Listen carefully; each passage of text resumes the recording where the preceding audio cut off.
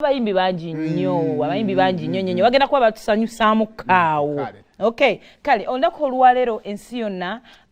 commemoratinga oba yeefumiitiriza ku lunaku olw'obuli bw'enguzi ekyoja mu miro. Yeah, olunaku olwaleero z'omwezi nga 9. It is World Anti-Corruption Day.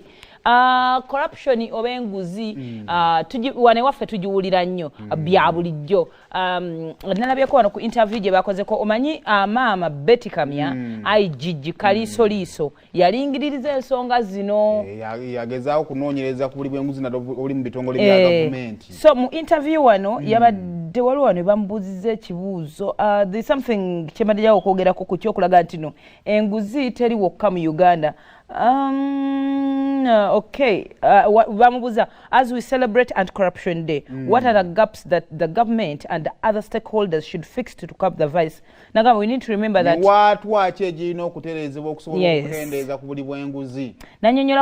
We need to remember that no country in the world has completely got rid of corruption. Therefore, we shouldn't think that it will end today or tomorrow because it is a moral issue. For example, God gave us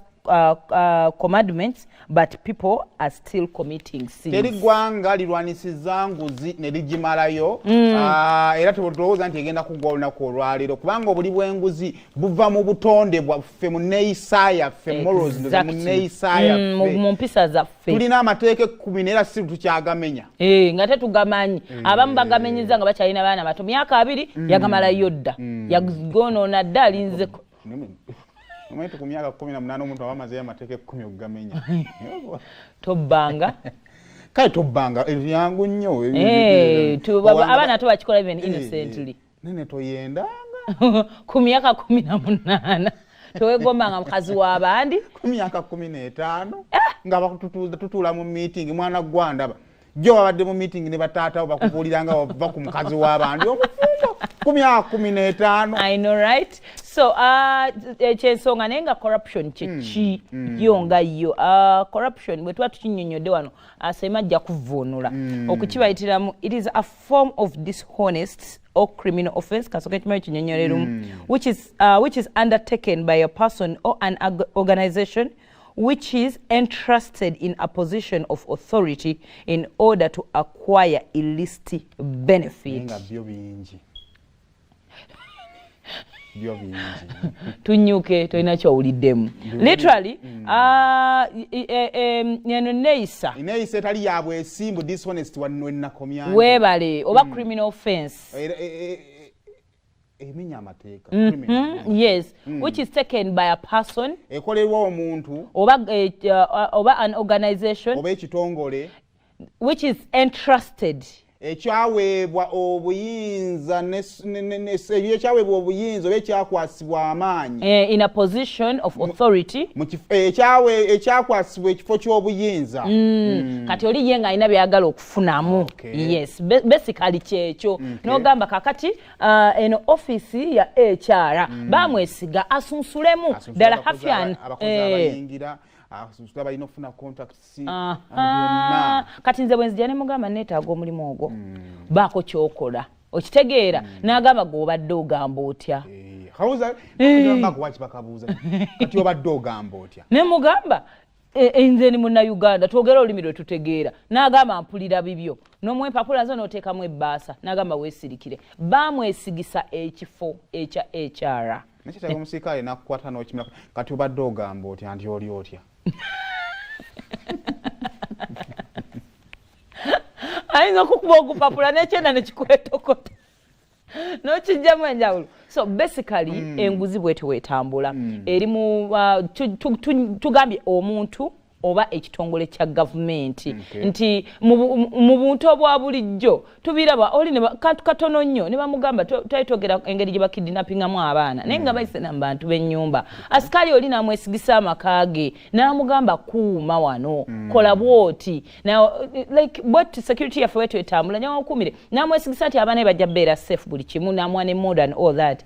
oba n'amu hiring okuva mu kitongole ekyo ebyo ebyabakuumi oli najja ssabo ne bamuwa ssente waliwo essajja lyagala omwana wa boss n'amugamba jangu ogenda mulaba nze tofaayo najja n'akayitayo akawala akasoma kasiniya fo n'akagamba omukulu akwetaaga wali omwana wa munne n'amuwaayo olumu nga bamuwadde na munwe gwa sigala oba bbiya oba 5,000 so ye enguzi bwetyo buli wokola ekintu ekifuno ekitiibwa ekyo kyakuweebwa oba amaanyi ago wokola obutali bwesimbu ng'okozesa ekifo ekyakuweebwa okubaako omulimu gw'otuukiriza kwe tuyita okulya enguzi olunaku olwaleero kyetwefumitirizamu as Uganda twegatta ku nsi yonna okwefumitiriza ku nguzi eno tugimalewo twagamba tukoze ebintu bingi nnyo twako omukulembeze w'eggwanga ssebo ng'atambula ku yaadi n'agenda Kampala Road era awo we watya bw'otunula waawo obudde omumye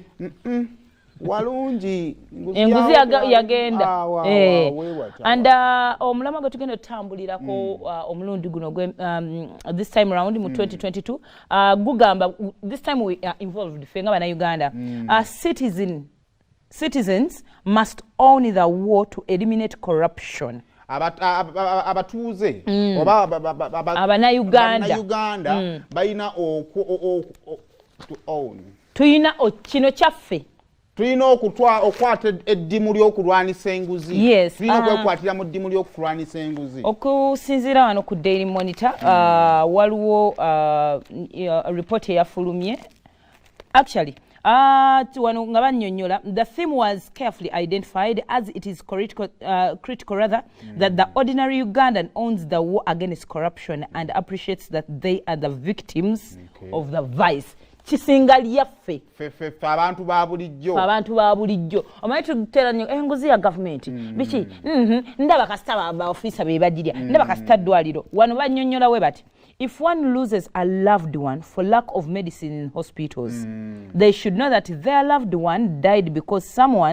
somebody stole the money for medicine. Gwe yafiirwa omuntu omudwaliro akubanga tewaliwo ddagala, tewaliwo oxygen, tewaliwo kitanda, amasanze tegaaliko, generator yali evuddeko. Manya nti waliwo yalya ssente ezo ekyaviirako omuntu okufa. Omuntu obwe yafa waliwo yafunamu. Ne beeyongerayo nga bagamba if the roads are in bad shape it is because someone stole the road money. If there are no jobs it's because someone is stealing money that would be used to grow the economy or because investors do not find Uganda an attractive destination to create jobs because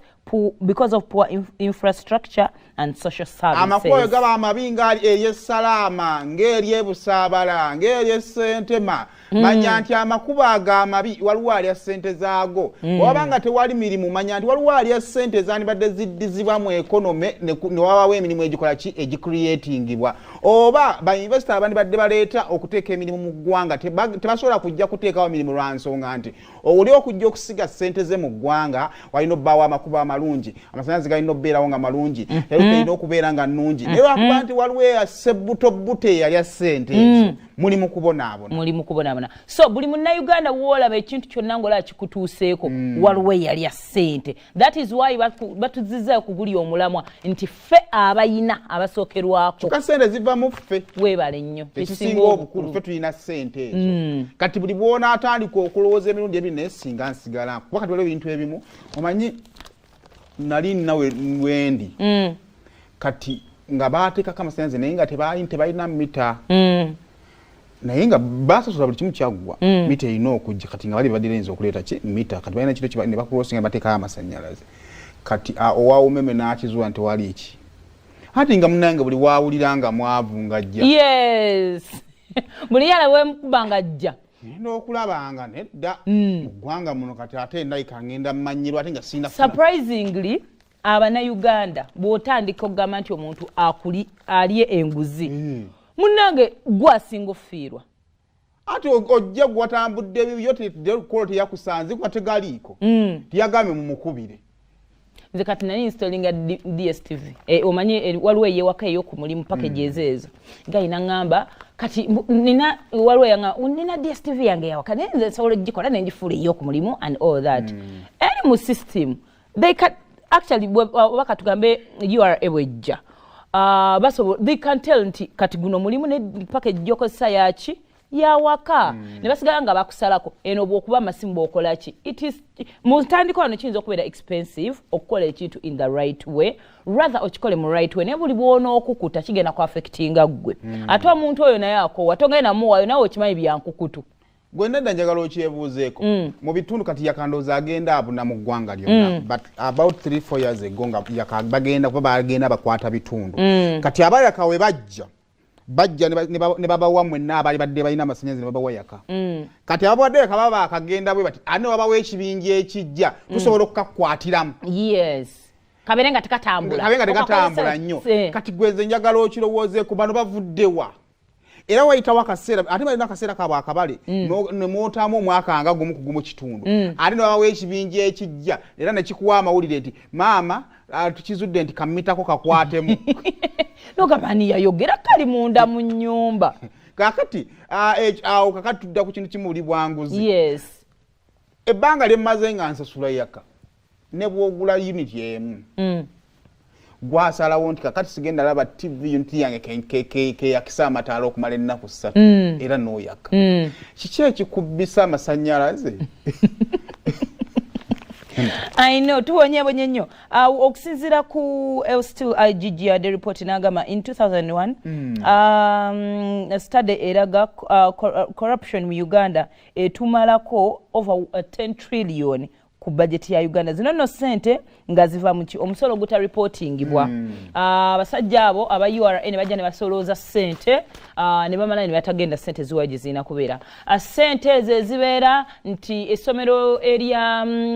Lutete primary school mulimu abasomesa 17 kumbe mulimu abasomesa 7 ezigenda mu ghost employees abataliyo kati abazadde kibakakatako abaana bamwe gye basomera bwe kubanga mumanyi oba ate no information ino kubeera nga mubimanyi bye tugamba kakati district y'Eruwero akulira ebyokusoma ye gundi kikakatako as a parent abaana abo babeera omwo nga mubeera omwo okumanya ani akulira ebyensoma nti ojja kugamba n'essomero lyaffe liri eyawa limu abasomesa batono ye nga ye ajja kudda mu bitabo byagamba naye n'essomero liga lina abasomesa 17 abazadde bangamba mulimu abasomesa 7 like bubeera buvunaanyizibwa bwaffe bwe tutyo we tugenda okugenda nga tumalawo enguzi buli lwosasula olukumi olwo lwowadde owa traffic akutte nga kangambe nga ddala drunk driving nga kutte oba emmotoka nga erina obuzibu emmotoka egenda okugenda wali maaso nga yakamala kuwana ofiisa yakutadde ogenze egende wali ekola akabenje etta abantu so ffenna tulina okwebereramu ng'abantu kyobola nga it is now a wake up call ffe etandikire ku ffe bannayuganda olunaku olwaleero ensi yonna Uganda nga of course ekulemberwa President Museveni of course IGG n'abakulu abalala abegattira mwene ensonga bagenda kuba boogera ku nsonga zino detailed bigenda kujja mu mawulire ndowooza